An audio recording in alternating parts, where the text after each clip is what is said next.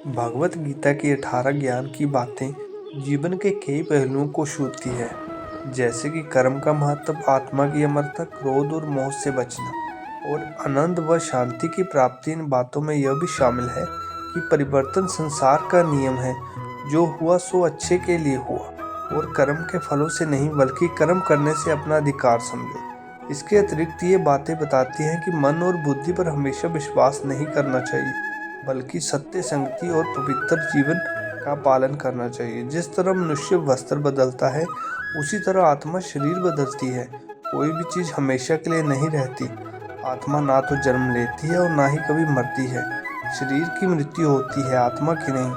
कर्मों का फल तो भोगना ही पड़ेगा, चाहे यह वह शुभ हो या अशुभ। कर्म में कुशलता ही योग्य है। कर्म करना निष्क्रिय रहने से बेहतर है। क्रोध से भ्रम और भ्रम से बुद्धि का नाश होता है, इसलिए कभी भी अधिक क्रोध नहीं करना चाहिए। मोह और ममता पाप के माता पिता हैं। जितना अधिक लगाव होगा उतना दुख होगा। व्यक्ति जैसा विश्वास करता है वह वैसा ही बनता है, इसलिए सही विश्वास रखना महत्वपूर्ण है।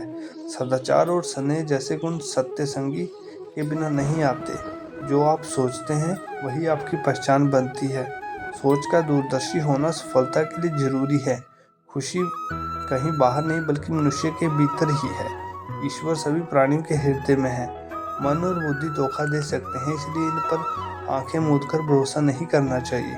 यदि पति पत्नी पवित्र जीवन बिताएं तो भगवान पुत्र के रूप में उनके घर में आने की इच्छा रखते हैं।